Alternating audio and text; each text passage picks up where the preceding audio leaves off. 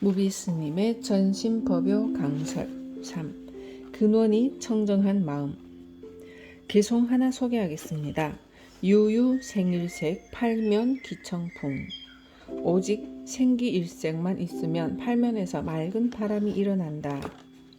생기일색으로 살면 팔면에서 맑은 바람을 일으킨다고 했어요. 생기는 여러 가지 이유에서 얼마든지 일어날 수 있습니다. 특히 불자들은 불조의 가르침을 통해 바로 앉은 자리에서 큰 원력과 꿈과 희망을 가지고 생기 넘치는 삶을 살 수 있는 길이 있습니다. 부처님과 조사스님들의 가르침을 잘 공부하여 유심히 살피고 열심히 정진하다 보면 저절로 그런 것을 발견하게 됩니다. 부처님과 조사스님들의 가르침을 다른 곳에서 구하거나 찾으라는 뜻이 아닙니다. 밖을 향해서 찾는 것을 가장 금하고 있는 것이 불조의 가르침입니다. 밖에서 구하고 찾은들 얼마나 구하고 찾겠습니까? 스스로 무한한 보물을 지니고 있다는 사실에 눈을 뜰 때 보다 더 풍요롭고 넉넉하며 당당할 수 있습니다. 신분이 어떻든 간에 그것은 하등의 문제가 되지 않습니다. 늙었거나 못 배웠거나 남의 밑에 살거나 중한 병을 앓고 있어도 문제가 되지 않으며 정말 씩씩하고 용기 있으며 꿈과 희망으로 살 수 있도록 되어 있어요. 그것은 어디서 오는 것이 아니라 바로 자신에게서 발견하는 것입니다.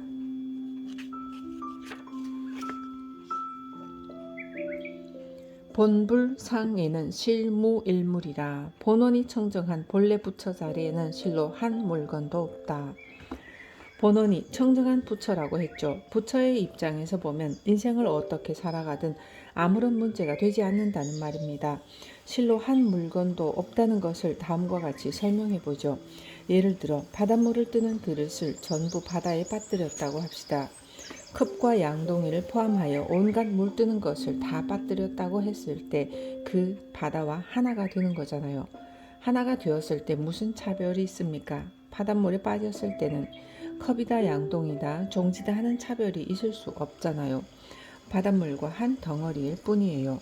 다만 건져내어 하나하나 따로 두었을 때 차별상이 나타나는 거죠. 한 물건도 없다는 말은 본래 부처인 자리에서는 실로 하나의 사물로 독립되어 있을 수 없다는 뜻과도 같습니다.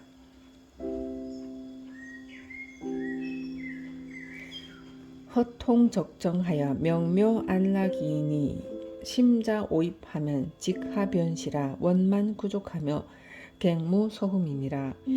텅 비어 고요하고 정적해 밝고 아름답고 안락할 따름이니 스스로 깨달아 들어갈 것 같으면 바로 그 자리가 이것이라. 원만이 다 갖추어 다시는 더 이상 모자라는 바가 없다. 어떠한 분별도 없는 마음자리에 턱하니 던져놓고 차별상에 꺼들리지 않는 마음으로 안주하라는 겁니다. 누가 어떻게 했느니 등에 꺼들려 한눈 팔지 않고 살면 그 자리는 텅 비고 다 통해 있다는 거죠. 때로는 화두를 들지 않은 채 좌선이 필요한 것도 아무런 망상 없이 텅 빈 마음자리에 놔두기 위함입니다. 스스로를 텅 빈 마음자리에 그냥 놔두는 것이 아주 중요해요. 화두선이 생기기 전에는 그렇게 했죠. 소위 묵조선이라고 하는데 본래의 마음으로 있는 겁니다. 본래의 마음 자리에서 컵으로 바닷물을 뜨고 양동이로 바닷물을 뜨고 하듯 텅 빈 마음 자리에 있지 않고 나를 비방했다 칭찬했다.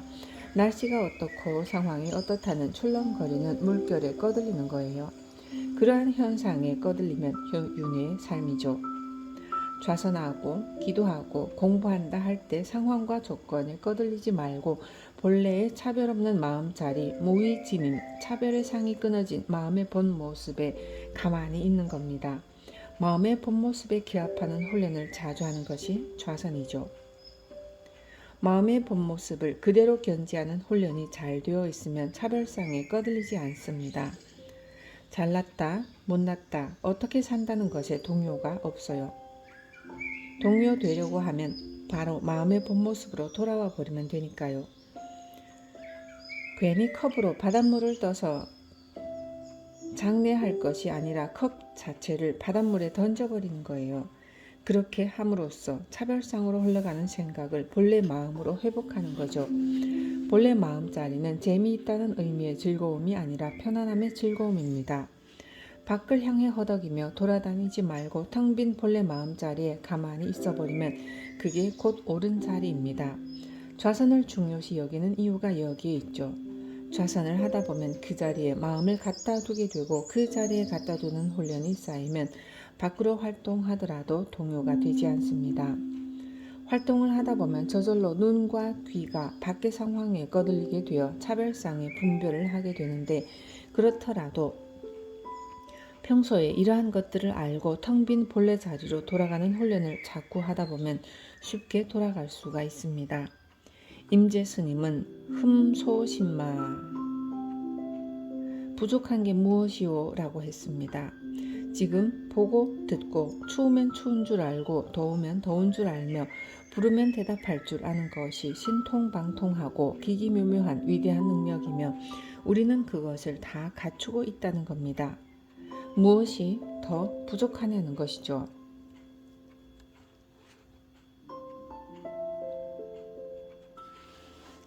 비록 삼마승직업을 수행정진해서 모든 지위를 밟더라도 깨닫는 순간에는 본래 스스로가 부처임을 증득하며, 삼아승직업은 수억만 년의 세월을 뜻합니다.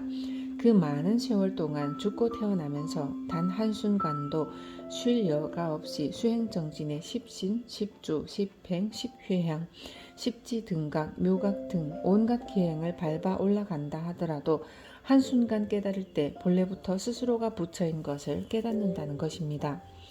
한 단계 올라갔다고 해서 한 단계 올라간 부처를 깨닫는 게 아니죠. 설사 십지, 십행, 십회향 등의 단계에 올라갔다고 하더라도 그 단계의 부처를 깨닫는 게 아닙니다. 원래 나의 부처를 깨닫는 것입니다. 때문에 쌓고 닦아서 올라갈 이유가 없어요. 그렇게 올라가는 수행과는 아무런 관계가 없는 거예요. 그래서 수행한 것이 오히려 후회스럽고 분하죠. 알고 보니 안 해도 되는 것을 괜히 했다 이겁니다. 화엄경 열의 출연품에는 부처님께서 깨닫고 난 후의 모습을 자세히 묘사하고 있습니다. 깨닫고 보니 자신은 대단하거든요. 그래서 어떻게 된 일인가 하고 수행이라고는 전혀 모르는 중생들 낱낱이 살펴보니 전부 열애의 지혜와 덕상을 똑같이 갖추고 있는 거예요. 그것을 보고 부처님은 기재 신기하고 신기하여라 라고 처음으로 말씀하셨어요. 부처님 수준에서 신기한 게 어디 있겠어요. 부처님이 신기하고 신기하다 한 것은 자신은 희생과 노력을 치르고 나서 부처가 됐는데 그러한 노력을 전혀 기울이지도 않았고 단돈 10원도 보시한 적이 없으며 반장 통장 자리 하나 내던지고 출가한 예가 없는 사람들도 그대로 열애의 지혜와 덕상을 똑같이 갖추고 있다는 사실을 보고는 신기하다고 한 거예요. 인도의 가난한 사람들, 특히 대부분의 불가촉 천민을 보면 사람인지 짐승인지를 구분할 수 없을 정도입니다. 짐승도 집에서 키우는 짐승이 아니라 길에 버려진 들짐승 같은 모습이라고요. 지금도 인도에 가보면 상황은 비슷한데 그와 같은 모습의 외형을 갖추었더라도 그런 사람들 하나하나가 자신의 마음자리와 똑같다는 사실에 너무 놀란 거죠. 모든 사람이 나와 똑같은 열애의 지혜와 덕상을 갖추었구나 하고 감탄의 말씀을 하셨잖아요. 불교의 위대성은 이러한 도리를 깨닫는 데 있고 또 이것을 각자의 것으로 만드는 데 있습니다. 향상의 갱부첨득일물이니라. 위를 향하여도 궁극에 가서는 다시 한 물건도 첨가한 것이 없으리라. 궁극에 가서는 육바람을 닦는다고 첨가되는 것도 아니고 참선한다고 첨가되는 것도 아니며 어떠한 수행을 하더라도 부처 위에 첨가되는 것이 아니라는 겁니다. 보통 불교의 가르침은 닦아야 하고 보시해야 하고 계행을 가져야 하는 등 온갖 수행을 열심히 해야 한다는 게 일반적입니다. 그게 더해지고 쌓여서 결국 부처가 되는 줄 알고 있죠. 여기서는 그와 같은 가르침과는 다르죠. 절대 그게 아니에요. 그야말로 부증불감입니다. 각관 역겁 공용이 총시 몽종 망위라 수억만 년의 세월 동안 공을 쌓는다 하더라도 모두가 꿈속에 허망한 일이다. 허망한 일이니 하나마나한 일이죠. 부처님이 6년 고행으로 깨달았다는 것 역시 허망한 일이다 이겁니다. 6년 고행이 그분의 경력일 뿐이지 부처가 되는데 도움되는 것은 아니에요. 부처가 된 자리에서는 도움될 것이 하나도 없고 고행을 안 했다고 해서 손해볼 것도 없습니다. 그래서 중생을 낱낱이 보니 열애의 지혜와 덕상을 고스란히 갖추고 있다라는 말씀을 하신 거죠. 고로 열애운 아어 안욕포리의 신무 실무 소득이니 야규 소득 이런들 연등불이 즉불 여하숙이라 하시며, 그러므로 열애가 말씀하시길 최상의 깨달음에 있어서 실로 얻은 바가 없으니 만약 얻은 바가 있다면 연등불이 나에게 수기하지 않았을 것이다. 안욕따라 삼맥삼보리는 금강경에 나오는 말이죠. 당신이 깨달았다고 해도 본래 갖추고 있었기 때문에 더 첨가된 것이 아닙니다. 부처님만 그런 것이 아니라 모든 사람이 다 갖추고 있어요. 그래서 얻은 바가 없습니다. 다 있는데 무엇을 얻겠어요? 자기 집에 있는 것을 주어 어디서 이렇게 좋은 것을 주었냐고 하는 것하고 똑같은 거예요. 별도로 얻은 것이 있다면 그것은 외도이며 잘못된 것입니다. 본래 얻지 않아도 다 갖추어져 있는 그 도리 때문에 연등 부처님이 석가모니 부처님께 그대는 언제 부처가 될 것이다 라는 수기를 했다는 말입니다. 이 법이 평등해서 높고 낮음이 없으니 이 이름을 깨달음이라 하고, 본래의 청정심이 중생과 부처 세계와 더불어 형상이 있거나 없거나 삼라만상 시방세계 일체가 평등하여 너와 나의 상이 없다. 금강경에 나오는 유명한 말이죠. 부처라 해서 더 가졌고 중생이라 하여 부족하며 불교 믿는다고 해서 많이 가졌고 기독교 믿는다고 하여 불성이 없는 게 아니에요. 불교를 비방하고 부처를 비방하는 사람도 부처님입니다. 부처가 들어있지 않고는 그렇게 비방할 줄도 모르는 것이죠. 비방할 줄 아는 게 부처의 능력이거든요. 근본 자리가 훌륭하고 청정하다는 것은 남보다 착하다거나 사형을 잘하거나 겸손하다는 게 아닙니다. 그렇게 알면 큰일입니다. 본원 청정심은 본래부터 아주 뛰어난 마음, 훌륭한 마음, 텅 빈 마음으로 볼 줄 알며 들을 줄 알고 욕심 부릴 줄 알며 화낼 줄 알고 욕할 줄 알며 칭찬도 할 줄 아는 능력의 마음을 말합니다. 말끝마다 칭찬만 하고 좋은 소리만 하고 어딜 가도 칭찬받는 사람이라서 청정심이 있는 것이 아닙니다. 천하의 악하고 극악무도한 사람도 똑같이 근본 자리는 청정심입니다. 일체의 우주의 일체가 평등해서 너는 잘났고 나는 못났다는 차별상이 없이 똑같다는 겁니다. 이러한 이치를 제발 알아야 합니다. 본래 청정한 마음은 항상 저절로 원만하게 밝고 두루 비추나 세상 사람들이 깨닫지 못하여 다만 견문각지를 오인해서 마음으로 삼으며 견문각지에 덮여서 정미롭고 밝은 본래의 마음을 보지 못한다. 햇빛은 그늘이 있죠. 마음의 광명은 그늘도 없습니다. 마음의 근본 자리를 이해하라고 보고 듣고 느끼고 아는 것을 말하지만 견문각지만이 마음이라고 하면 안 됩니다.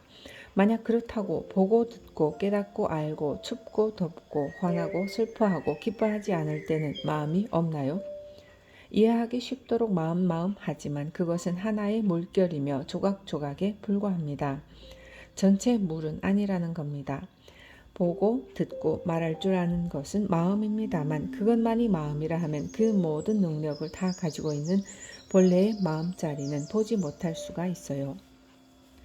바로 당장에 무심할 것 같으면 본래의 심체가 저절로 드러나니 마치 큰 태양이 허공에 떠올라 시방세계를 두루두루 비추며 더 이상 장애가 없다. 차별된 마음에 꺼들리지 아니하고 차별한 마음이 끊어진 자리가 무심이죠. 마음을 태양에 비유했는데 태양은 그림자를 남기지만 마음은 그림자도 없어요. 환하게 비치는 능력과 아는 능력을 태양이 비추는 것에 비유할 수는 있어도 마음이 태양과 똑같다고 하면 틀립니다. 비유는 어느 부분만 들어서 하는 거예요. 그러므로 도를 배우는 사람들이 오직 보고 듣고 느끼고 아는 일거일동을 마음이라고 오인하니 보고 듣고 느끼고 아는 것을 비워버릴 것 같으면 마음의 길이 끊어져서 들어갈 틈이 없다. 우리가 알고 있는 마음은 본심의 일면임에는 틀림없지만 그 일면만을 가지고 마음의 전체라고 알면 잘못하는 겁니다. 보고 듣고 느끼고 알고 움직이고 고개 돌려 쳐다보는 온갖 동작만이 다라고 해서도 안 되며 또 그것을 떠나서 본심이 있는 것도 아닌 거예요. 이것이 미묘한 관계인데 잘 이해하라는 뜻입니다. 보고 듣고 느끼고 아는 것을 물에 비유하면 물결이라 할 수 있어요. 물결은 바람에 따라 천차만별이죠. 동서남북 어느 곳에서나 물결이 일어날 수 있습니다. 바람이 세게 불면 큰 파도가 일어나고 약하게 불면 작은 물결이 일어납니다. 종지에 담으면 종지에 물이 되고 컵에 담으면 컵에 물이 되며 양동이에 담으면 양동이에 물이 되는데 여기에는 공통점이 있어요. 물은 젖는다는 성질이 있습니다. 또한 젖는다는 것은 물의 본색이요. 이것은 한결같아요. 흐린 물이나 맑은 물이나 마시는 물이나 시궁창의 물이나 젖는 것은 동일합니다. 마음이 견문각지하는 온갖 것으로 악한 일을 저질러 시궁창의 물같이 흐려 있다 손치더라도 어떻습니까? 시궁창의 물이라고 안 젖나요? 악한 일을 하는 마음을 내는 것도 마음이라고요. 그렇다고 그 마음만 가지고 마음의 본질이라고 생각하면 잘못된 생각입니다. 전단나무를 가지고 불상을 만들고 보살상을 만들고 나한상을 만들고 별별 상을 다 만들죠. 모양은 각각 다르지만 전단나무를 가지고 만들었기 때문에 그 향기를 맡아보면 전단향기가 난다 이겁니다. 많은 사람들이 중생이니 부처니 남자니 여자니 늙었느니 젊었느니 등의 현상에 정신이 팔리고 그것에 집착하여 차별하고 분별하지만 사실 따지고 보면 그대로가 부처인데 부처의 본질을 가지고 늙기도 하고 젊기도 하고 남자도 되고 여자도 되고 이렇게도 하고 저렇게도 하는 거죠. 전단나무를 가지고 조각했을 때 불상 그 자체에도 전단 향기가 나지만 내버린 조각도 역시 전단나무이며 전단향기가 나는 것처럼 말입니다. 물의 비유나 금의 비유, 전단나무의 비유를 잘 생각해야 합니다. 많은 사람들이 외형에만 집착하고 그것을 가지고 차별해요. 사람도 있다 없다 배웠다 못 배웠다 잘났다 못났다 늙었다 젊다 차별하잖아요. 불법을 제대로 배웠다는 사람은 그렇게 하면 안 되죠. 누구든지 그렇게 하면 공부가 덜 된 사람입니다. 사실 마음만 제대로 챙겨버리면 참으로 평화롭습니다. 사람을 차별하지 않으면 얼마나 평화롭습니까? 그리고 모든 사람을 대하더라도 부모와 스승을 위하듯 그렇게 위할 줄 알면 끝나는 거죠. 그 사람의 인생은 얼마나 편안하겠습니까? 불자들은 스스로를 속이거나 시기 질투하는 사람까지도 어리석어서 그렇다는 연민의 정을 가지고 위해야 합니다. 다만 견문각지처에서 본심을 오인해 인식할지라도 본심이 견문각지에 속하지 않으며 또한 견문각지를 떠나 있는 것도 아니다. 금은 본래 모양이 있지 않다는 이야기와 같습니다. 젖는 성품은 맑은 물이라야만 된다는 것이 아니라는 뜻입니다. 향기는 전단나무로 깎은 불상에서만 나는 것이 아니라는 겁니다. 우리 사회의 가치 기준을 가지고 선한 일을 해야만 본심을 썼다고 말할 수 있는 게 아니에요. 그것도 본심이지만 악한 일을 했어도 그것 역시 마음이 한 작용임에 틀림이 없는데 마음의 도리를 알아버리면 그런 일을 안 하죠. 그런 일을 할 까닭이 없죠. 저절로 인연의 이치를 알고 세상의 원리를 아니까 그 원리대로 살기 때문에 그런 일이 있을 수가 없다는 것입니다. 전단향은 불상을 떠나서 향기가 나는 것도 아니고 그 나무 조각을 떠나서 향기가 있다는 것도 아니죠.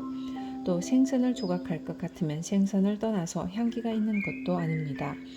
바닷물이나 흐르는 물이나 시냇물이나 구정물이나 맑은 물이나 정수기로 걸러낸 물이나 어떤 물이든 젖는 성품은 있기 마련이에요. 예를 들어 나쁜 놈이 있다고 합시다. 어떤 나쁜 짓을 해서 나에게 해를 끼쳤고 또 미워하고 시기 질투했다고 합시다. 그래도 그 사람이 미워할 줄 알고 시기 질투할 줄을 아는 위대한 마음, 즉 위대한 부처의 능력을 가진 존재라는 것을 이해해야 합니다. 나쁜 놈인 것은 틀림없는데 무슨 능력이 있어서 저렇게 나쁜 짓을 하는 것일까? 라고 그 능력을 봐야 한다고요. 그 능력은 나쁜 짓을 할 수 있는 반면에 좋은 일도 할 수 있는 거죠. 미워하는 마음이 사랑하는 마음이고 사랑하는 마음이 미워하는 마음입니다. 누구나 똑같이 그와 같은 능력이 있다는 것을 이해하고 인정해주고 존경하고 예배해야 합니다. 그러한 자세가 되어 있으면 세상의 평화와 개인의 행복은 그냥 와버립니다. 설사 나의 물건을 가져갔다고 해도 부처님이 가져갔다고 생각할 수가 있는 거죠. 억지로라도 그렇게 생각해 보세요. 일부러라도 가져다 바쳐야 할 것을 부처님이 가져갔는데 수고스럽게 와서 가져갔으니 얼마나 고마워요. 그런데 이게 참 어려워요. 우리 수준으로는 얼토당토 않는 주문이죠. 절에 살다 보면 어떤 단골이 1년에 몇 번씩, 어떤 때는 한 달에 한 번씩, 두 달에 한 번씩 꼭 와서는 돈을 얻어가기도 해요. 이런 사람들을 이해하기란 참으로 쉽지가 않습니다. 편안한 마음을 갖기란 더욱 어렵죠. 저도 그럴 때는 속으로 잘 써먹는 방법이 있습니다. 마음을 위로하는 거죠. 나도 아직 덜 떨어졌기에 마음을 달래는 입장에서 가져다 줘야 하는데 일부러 찾아와서 달라고 하니 고맙다 하고 줘요. 그렇게 마음 먹지 못하면 참지를 못합니다.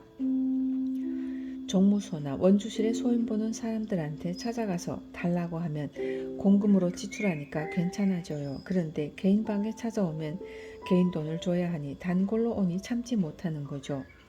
부처님 법을 배우지 못했으면 주면서도 화를 내는 거예요. 주면서 화내면 복이 달아나잖아요. 이렇듯 아등바등 하는 것은 제대로 하는 것이 아닙니다. 제대로 하는 것은 흔적이 없어야 하죠. 줬다 안 줬다 이랬다 저랬다 하는 아무런 흔적이 남아있지 않아야 성인의 마음입니다. 다만 견문각지 위에 견해를 일으키지 말며 또한 견문각지 위에 생각도 일으키지 말아야 하며 또한 견문각지를 떠나서 마음을 찾지도 말며 이런 마음 씀씀이 버리고 따로 진리를 취하지도 말라. 보고 듣고 느끼고 아는 가운데 이런 소견 저런 소견을 일으키지 말며 또한 본심이다 본심이 아니다 라는 생각을 하지 말라는 겁니다. 매우 중요한 말씀입니다. 보고 듣고 느끼고 화내고 웃고 기뻐하고 미워하고 사랑하는 마음 씀씀이를 떠나 본심을 찾지 말라는 겁니다.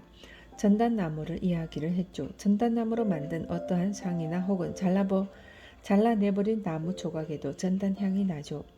따라서 보고 듣는 이것을 떠나서 마음이 따로 있는 게 아니라 그 마음 그대로 본심입니다. 본심 따로 불성 따로 취하지 않고 보고 듣고 느끼고 아는 그 능력이 부처입니다.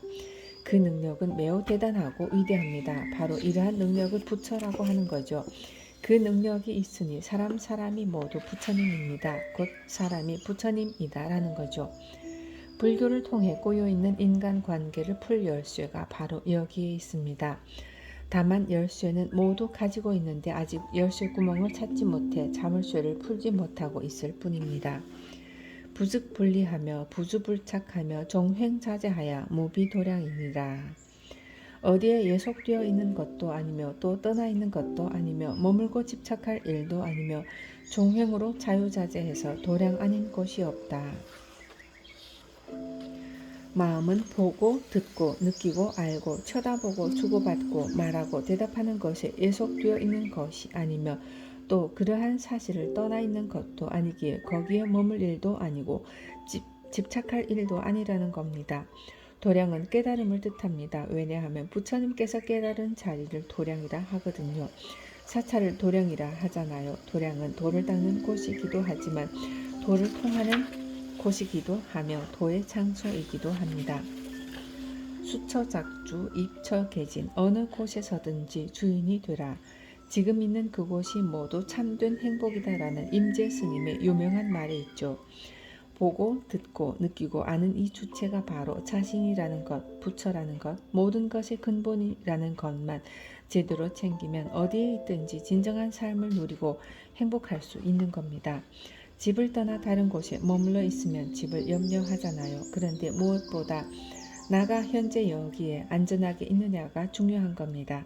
현재 여기에 안전하게 있으면 사실은 아무 일도 없는 거예요. 그 외의 것은 모두 여벌에 불과하죠. 세상은 있을 수도 있고 없을 수도 있으며 있다가도 없고 없다가도 있을 수 있습니다.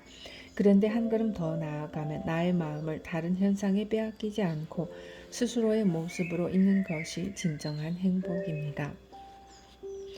세인은 문도제불이 개전신법하고. 세상 사람들은 모든 부처님이 신법을 전했다는 말을 듣고 마음 위에 따로 어떤 또 하나의 도리가 있어 가히 증득하고 취할 것이 있다고 여긴다면 마음을 가지고 법을 찾으면서 마음 그대로가 법이라는 것을 알지 못함이요. 법이 곧 이 마음인 줄 알지 못하니 마음을 가져서 다시 마음을 구하지 말지니 천만 겁이 지나도 마침내 얻을 날이 없으리라. 세상 사람들은 모든 부처님이 마음의 도리를 전한다는 말을 듣고는 마음 밖에 따로 찾고 구하여 취할 만한 법이 있다고 여긴다는 겁니다. 법을 찾으면서도 지금 보고 듣고 느끼고 아는 그대로가 진리라는 사실을 알지 못합니다. 법은 곧 진리를 뜻하는 것이죠. 즉 마음이 곧 법이요 법이 곧 마음인 줄을 알지 못하는 겁니다. 이것을 확대하면 일체유심조 아닙니까? 일체가 마음으로 지어진 것이니 마음이 근본이고 뿌리이며 전체라는 말이죠. 구하라는 것도 마음입니다. 마음을 가지고 괜히 다른 마음을 구하는 거예요. 그렇다고 손에 잡히지 않는 법을 구하기 위해 찾아 나서 봐야 법은 더 멀어져 버립니다. 봄 찾아온 언덕을 누비고 돌아왔더니 자기 집 담장 밑에 매화가 활짝 피었더라는 이야기가 있습니다. 봄은 이미 자기 집 안에 있는 것처럼 마음도 그러합니다. 그러므로 마음을 가지고선 다시 마음을 구하지 말라는 겁니다. 그렇게 마음을 가지고 마음을 따로 찾아 나서면 천만 겁의 세월을 보낸다 해도 깨칠 날은 없게 됩니다. 불여 당하 무심이니 변시 본법이니라. 당장 무심함만 갖지 못한 것이니 그 자리가 바로 본래 법이다. 마치 힘센 장사가 자기 이마에 법의 구슬이 있는 줄 모르고 밖으로 온 시방세계를 두루 다니며 찾아도 마침내 얻지 못하다가 지혜로운 이가 그것을 가르쳐주면 본래 구슬은 이와 다름없이 있음을 보는 것과 같은 일이다.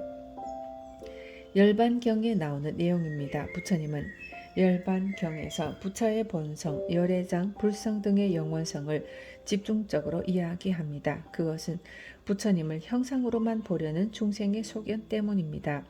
부처님은 열반경을 통해 육신이 천번 만번 소멸해도 그 본성은 그대로임을 가르치신 것입니다. 불성 혹은 본성은 특정 장소에만 국한되어 있는 것이 아니고 육신에 한정되어 있는 것도 아니며 온 우주에 가득 차 있습니다.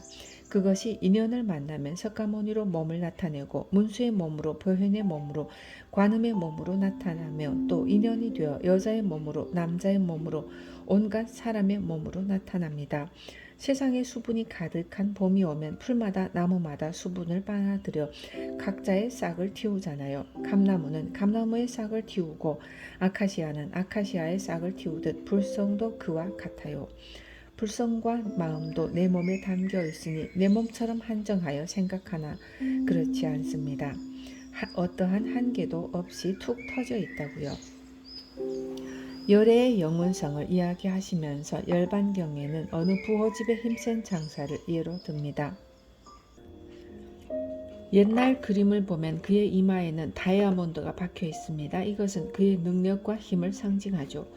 어느 날 힘센 장사끼리 치고받는 싸움을 하다가 다이아몬드끼리 부딪혀 그 다이아몬드가 그만 이마 속으로 들어가 버렸습니다.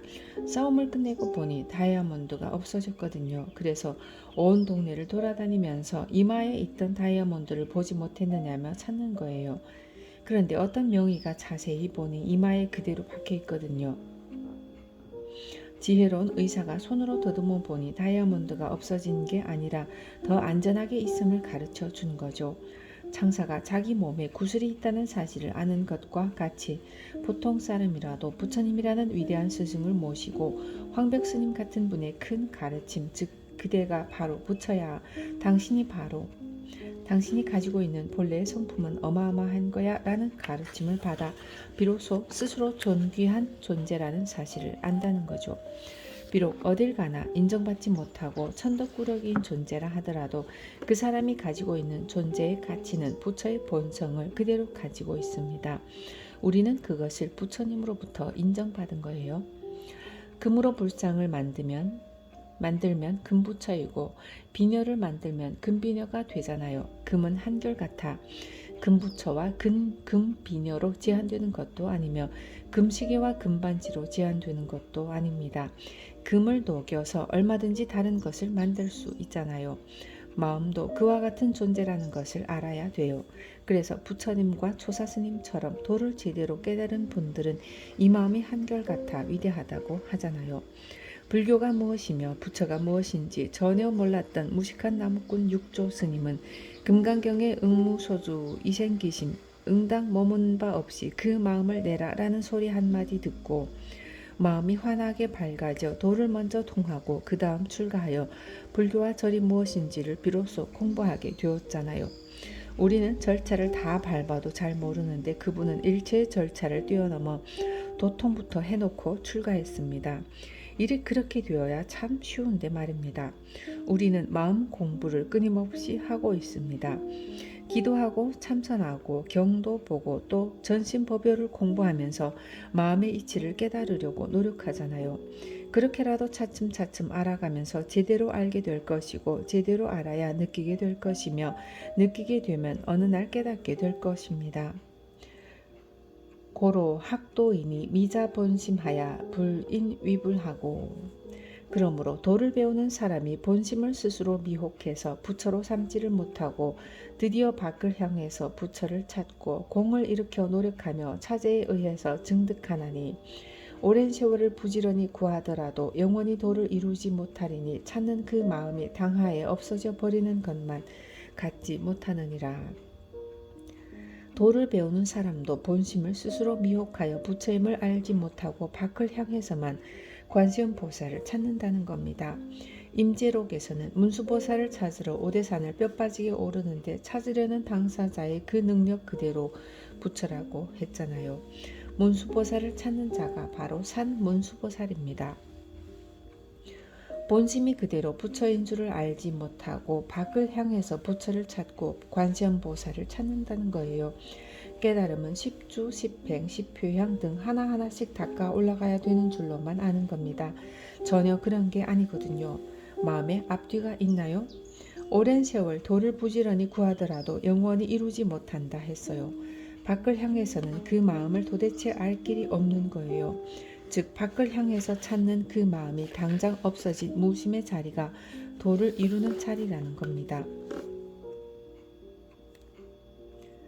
결정지일체법이 본무 소유하며 영무 소득하며 결정코 일체법이 본래 있는 바가 없으며 소득도 없으며 의지함도 없으며 주함도 없고 주관도 객관도 없으며 망념을 움직이지 아니할 것 같으면 곧 보리를 깨달을 것이니 도를 증득할 때에는 다만 본심인 부처를 증득하며 오랜 세월을 공부하는 것은 결국은 헛된 수행이다.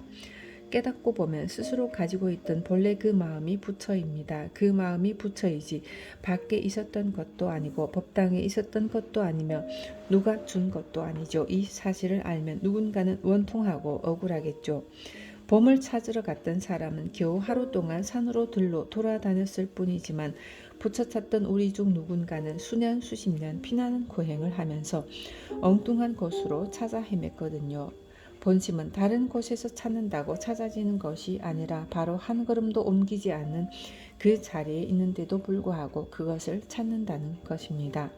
무릎이 닳도록 기도하고 방석이 해지도록 참선하는 등 열심히 하잖아요. 그게 다 부질없는 수행이라는 겁니다. 그런데 전신법요를 공부하는 우리의 입장에서는 헛된 수행이라 했든 안 했든 그건 황벽 스님이 말일 뿐이지 그게 맞습니다 하면 곤란하죠. 마치 역사가 구슬을 얻었을 때에도 본래 자기 이마에 있던 구슬이요 밖을 향해서 찾은 것과는 아무런 관계가 되지 않은 것과 마찬가지이다. 힘센 장사가 다이아몬드를 얻었을 때에는 본래 자기 이마에 있던 구슬이지 밖에 따로 떨어져 있던 것을 주워온 것이 아니라고요. 이렇게 전곡을 찌르는 가르침이 흔하지 않습니다. 그러니 임재스님과 같은 제자를 둘 수가 있었죠. 부처가 되었다 해도 본래 내 이마에 있던 구슬을 얻었을 뿐이지 잃어버리지도 않았는데 얻었다 잃었다 할 것도 없죠. 편의상 표현을 하자니 얻었다고 하는 것이죠. 부처를 이룬 것을 성불돈 견성이라고 하잖아요. 그러나 부처를 이룬 게 아니에요. 말로 본래 부처임을 표현하는데 한계가 있으니 편의상 부처 됐다고 할 뿐이지 본래부터 본심불이라고요. 법화경에 불관향외 구명지력고 밖을 향해서 구하고 찾는 노력은 아무런 관계가 없다고 하였습니다. 힘센 장사가 놀던 씨름판이라든지 말을 타고 돌아다녔던 곳을 샅샅이 다니면서 찾았다 손 칩시다. 그것이 무슨 보탬이 되나요? 자기가 놀던 곳을 돌아다니면서 구슬을 찾는다고 그렇게 애를 썼는데 그 노력이 무슨 보탬이 되냐고요. 자기 이마에 본래 있었던 구슬을 보고 내 이마에 본래로 있었구나. 본래 잃어버린 것이 아니구나 라는 사실을 아는 데는 그 노력이 아무 소용이 없어요. 그러므로 허수라고 하죠. 헛된 수행의 이유가 여기에 있습니다. 석가모니의 6년 고행도 헛된 수행이죠. 그 어떤 수행도 모두 헛된 수행입니다. 수행할 필요가 없도록 되어 있어요. 왜냐하면 수행해서 얻은 것이라면 수행하지 않으면 잃어버리는 게 이치잖아요. 이것은 크게 횡재할 가르침이에요. 노력하지 않고 부처되는 가르침이 바로 이거니까요. 차원이 너무 높아 곤란하다니까요. 이와 같은 공부를 할 수 있는 인연을 만났다는 게 얼마나 좋습니까?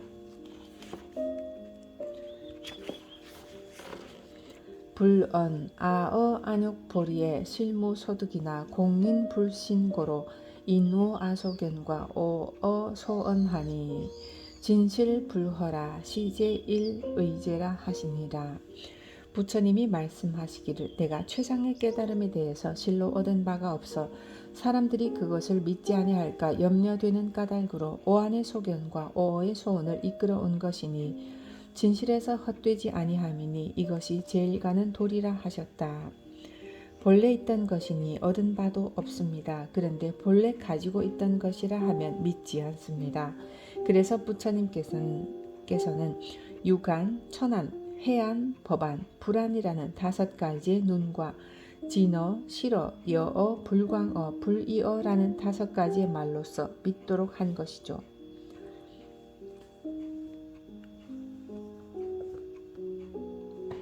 금강경 이상정멸분의 열에는 바른 말을 하는 이고 참된 말을 하는 이며 이치에 맞는 말을 하는 이고 속임없이 말하는 이며 사실대로 말하는 이다 라고 한 것도 결국 사람들이 믿지 않을까 염려해서 하는 말입니다. 제일 가는 진리와 이치의 가르침이라 했습니다. 이 이상의 이치는 없다는 것이죠. 부처님과 조사스님이 별별 가르침을 폈지만 그 가르침에 대하여 본심의 실체를 파악하는 것이 성불이라 정의한다면 이는 성불과는 관계가 없습니다. 하지만 이를 이해할 수 있는 근기에 맞는 사람은 불과 몇 명 되지 않으며 또한 그 근기에 미치지 못하기 때문에 이를 믿지 않습니다. 이렇게 좋은 보물을 모든 사람이 알도록 하려면 이를 이해하고 믿어야 하거든요. 그러니 별별 말씀을 다 하신 거죠. 오한소견이니 오어소견이니 하는 가르침을 펼 수밖에 없다는 이야기입니다.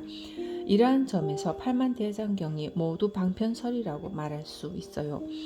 84,000 근기에 맞는 방편의 가르침이고 84,000의 병에 따른 약방문이라고도 할 수 있습니다.